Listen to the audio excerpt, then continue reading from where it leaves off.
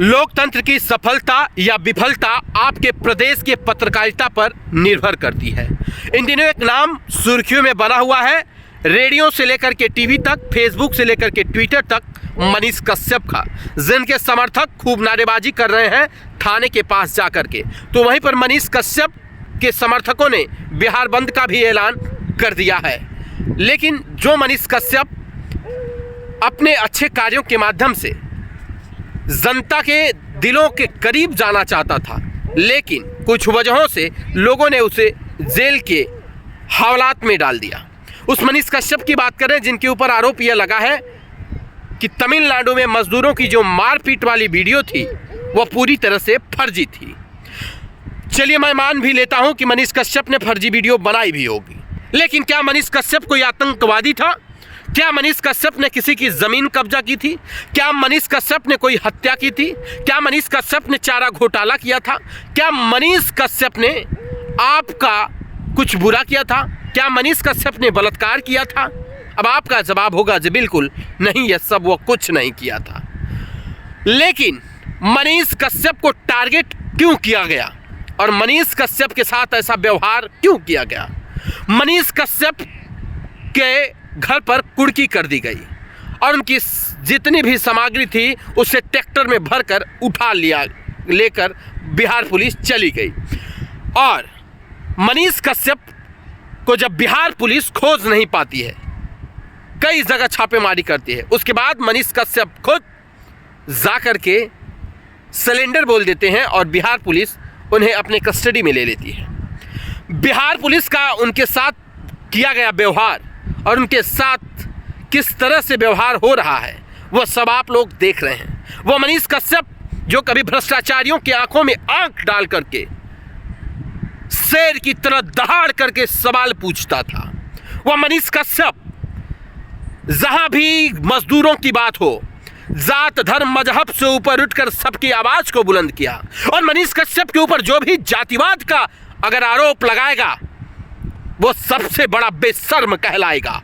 मनीष कश्यप ने सड़क के लिए अगर आवाज उठाई तो क्या उसमें सिर्फ एक जात विशेष के लोगों को फायदा हुआ? अगर मनीष कश्यप ने बिहार में शिक्षा व्यवस्था को लेकर के सवाल उठाया तो क्या सिर्फ एक जात और वर्ग के लोग उस स्कूल में पढ़े? अगर मनीष कश्यप ने किसी भ्रष्टाचार को लेकर के मुद्दा बनाया तो क्या सिर्फ कुछ लोगों का उससे फायदा हुआ, किसी जात के लोगों का विशेष का फायदा हुआ? मनीष कश्यप ने अगर बेरोजगारी की बात की तो क्या सिर्फ वो किसी जात के लिए उन्होंने बात किया? मनीष कश्यप ने बिहार के विकास का बात किया तो क्या सिर्फ उन्होंने किसी पर्टिकुलर जात की बात की? मनीष कश्यप ने अगर शासन प्रशासन व्यवस्था को सही करने की बात की, मनीष कश्यप ने अगर सरकार को रोजगार देने को कहा, मनीष कश्यप ने सरकार को सिस्टम में काम करने के लिए कहा और भ्रष्टाचारियों को भ्रष्टाचारी कहा, क्या मनीष कश्यप किसी जातिवाद के लिए यह सब कर रहा था? मनीष कश्यप यह सब इसलिए कर रहा था कि वह बिहार का जो पलायन है उसे रोका जाए, बिहार में जो गरीबों को प्रताड़ित किया जा रहा है उसे रोका जाए। बिहार में जिस तरह से गरीबी बढ़ रही है, लोग खाने को किस तरह से बेहाल हैं आप जानते हैं। बिहार की स्थिति और परिस्थिति से आप सब वाकिफ होंगे। आप यह कह सकते हैं कि मनीष कश्यप ने जो वीडियो तमिलनाडु में बनाई है वो फर्जी है, ये मैं नहीं, ये बिहार पुलिस कह रही है। लेकिन जरा सोचिए, अगर ये सब फर्जी है तो चिराग पासवान भी इस बात को कह रहे हैं कि वहाँ पर हुई घटना कुछ हद तक सही भी है। चिराग पासवान ने यह भी कहा कि जब बिहारियों को मारा जा रहा था तब तेजस्वी यादव वहाँ पर केक खा रहे थे। और प्रशांत किशोर ने भी ट्वीट किया था। लेकिन सिर्फ मनीष कश्यप को ही क्यों जेल भेजा गया, ये अपने आप में सवाल, क्योंकि बड़े बड़े न्यूज़ चैनलों ने भी तमिलनाडु की कहानी दिखाई, बड़े बड़े पेपरों ने मनीष कश्यप के वीडियो बनाने से पहले भी कई पेपरों ने यह खबरें छापी थी सूत्रों से मिली जानकारी के अनुसार। लेकिन उन पर कार्रवाई क्यों नहीं हुई और मनीष कश्यप पर कार्रवाई क्यों हुई? क्योंकि मनीष कश्यप ने 180 दिन में सरकार गिराने का आह्वान कर दिया था। मनीष कश्यप सिस्टम से और भ्रष्टाचार से और जो बिहार में पलायन हो रहा था उस पर जो कुछ मनीष कश्यप कह रहे थे वह शायद वहाँ के प्रतिनिधियों को बुरा लग गया। और जब जब इनको बुरा लगता है तब तब यह पुलिस को आगे करते हैं।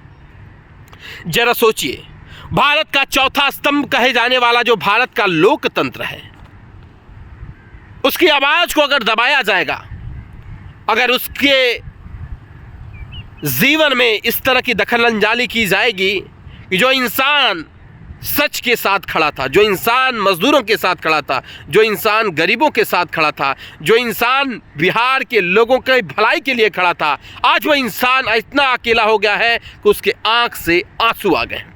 और मैं देख रहा हूं कुछ 2 कौड़ी के लोग वीडियो बना बना करके मनीष कश्यप के खिलाफ डाल रहे हैं। कोई उसे चड्ढी पत्रकार कह रहा है तो कोई अनबन कुछ भी बोलते जा रहा है, लेकिन उनके शकल से आप देखेंगे तो वो शकल से कहीं ना कहीं चरसी भी नजर आ रहे हैं। मैंने 1-2 को ऐसा देखा है जो कि मुझे नहीं लगता कि होश में इस तरह की वो बातें करेंगे जिस तरह की बातें वह कर रहे थे। मनीष कश्यप कुछ हद तक गलत भी हो सकते हैं, लेकिन उससे बहुत ज़्यादा हद तक मनीष कश्यप सही है। और मनीष कश्यप ने सिस्टम के साथ और भ्रष्टाचार के साथ आंख में आंख मिला करके बात किया है। और जो 2 कौड़ी के लोग मनीष कश्यप को कुछ भी अंडबंड कह रहे हैं, उनकी औकात नहीं है कि अपने जनप्रतिनिधि से एक सवाल पूछ ले। लेकिन मनीष कश्यप अपना जान जोखिम में डाल करके, चाहे वो बिहार में या उत्तर प्रदेश में या किसी अन्य राज्य में जाता है जहां पर भी बिहारियों को परेशान और प्रताड़ित किया जाता होगा, वहां मनीष कश्यप जाकर के लोगों को हक दिलाने का काम करता है। हैदराबाद में जब बिहारी मजदूर जल गए थे, मनीष कश्यप वहां पहुंचकर ग्राउंड पर रिपोर्टिंग किया। मनीष कश्यप ने सच को दिखाने का काम किया। क्या उस मनीष कश्यप के साथ आज बिहार की जनता खड़ी है? क्या मनीष कश्यप के मां के आंख के आंसू को कोई रोक पाएगा? क्या मनीष कश्यप जब अपने आप को अकेला समझ रहा है तो मनीष कश्यप को सहारा देने के लिए क्या बिहार के नौजवान आगे आएंगे? क्या अब मनीष कश्यप अपनी आवाज को खामोश कर लेंगे या जेल से आने के बाद अब क्रांतिकारी बन जाएंगे? और इतिहास भी गवाह है, जब जब अच्छे और सच्चे इंसान के ऊपर जुर्म हुआ है फिर उसने ही इतिहास रचने का काम किया है। और बिहार की जनता बहुत हद तक यह मांग कर रही है कि मनीष कश्यप को जल्द से जल्द रिहा किया जाए। मनीष कश्यप के साथ गरीबों की दुआ है, मनीष कश्यप के साथ लाखों नहीं करोड़ों युवाओं की ताकत है, मनीष कश्यप के साथ सच बोलने वालों की तादाद है। मनीष कश्यप के साथ सिर्फ और सिर्फ अगर कोई नहीं है तो वह भ्रष्टाचारी नहीं है, चारा चोर नहीं है, जो घोटालेबाज है वह नहीं है, जो हमारे और आपके हक का पैसा खा जाते हैं वह नहीं है, लेकिन जो ईमानदार है वो मनीष कश्यप के साथ है। मनीष कश्यप की रिहाई जल्द से जल्द हो, यह बिहार वासियों की मांग है। जरा सोचिए, वो मनीष कश्यप, जब आपके बच्चे के ऊपर जुर्म होता है, जब आप के साथ कुछ गलत होता है, जब किसानों के साथ कुछ गलत होता है, जब नौजवानों के साथ कुछ गलत होता है, और जब भारत देश के युवा कहे जाने वाले भारत देश के भविष्य, युवाओं का भविष्य जब अंधकार में जाता है, तब मनीष कश्यप सरकार और सिस्टम से लड़ जाता है और आपकी आवाज़ को बुलंद करता है। अब वक्त आ गया है आपको मनीष कश्यप का साथ देने का। अब अगर आप अपना साथ नहीं देंगे तो फिर दूसरा कोई मनीष कश्यप आपके लिए कभी खड़ा नहीं होगा, आपके लिए कोई आवाज़ बुलंद नहीं करेगा, क्योंकि लोगों को यह विश्वास हो जाएगा कि जनता के लिए आप कुछ भी कर लीजिए लेकिन जनता आपके लिए कुछ नहीं करेगी। इस विश्वास को न खोना पड़े और यह विश्वास कायम रहे ताकि मनीष कश्यप जैसे और लोग सामने आएं और सच का पर्दाफाश करें और बिहार का विकास करें। जब पलायन रुकेगा तो अपने बिहार में रोजगार मिलेगा, जब पलायन रुकेगा तो बिहार की ओर प्रगति होगी। यह जो लोग कहते हैं कि बिहारियों के साथ ऐसा नहीं हुआ है, भारत का कोना कोना छानने वाला इंसान, उससे ज़रा पूछिए किस तरह से जब आप हिंदी बोलते हैं तो उनके साथ व्यवहार किया जाता है। चेन्नई में या तमिलनाडु में जो घटना हुई, या आंध्र प्रदेश आप चले जाइए, या आप महाराष्ट्र चले जाइए, किसी भी राज्य में जाइए, वहाँ पर जब आप हिंदी भाषा को बोलते हैं, आप अपना परिचय उत्तर प्रदेश और बिहार से देते हैं तो आपके साथ किस तरह का व्यवहार किया जाता है, आप सभी लोग इससे वाकिफ़ होंगे। अगर आज बिहार में पलायन नहीं रुक रहा है तो फिर कब रुकेगा? और दूसरे राज्य के लोग अगर गुस्सा होते हैं तो इसलिए होते हैं कि बिहार के लोग जा कर के जब दूसरे राज्य में काम करते हैं तो वहाँ के राज्य के लोगों को जॉब का अवसर कम होता है और बिहार के लोग थोड़े कम पैसे में काम करते हैं, जिसके वजह से उनके अंदर गुस्सा होती है।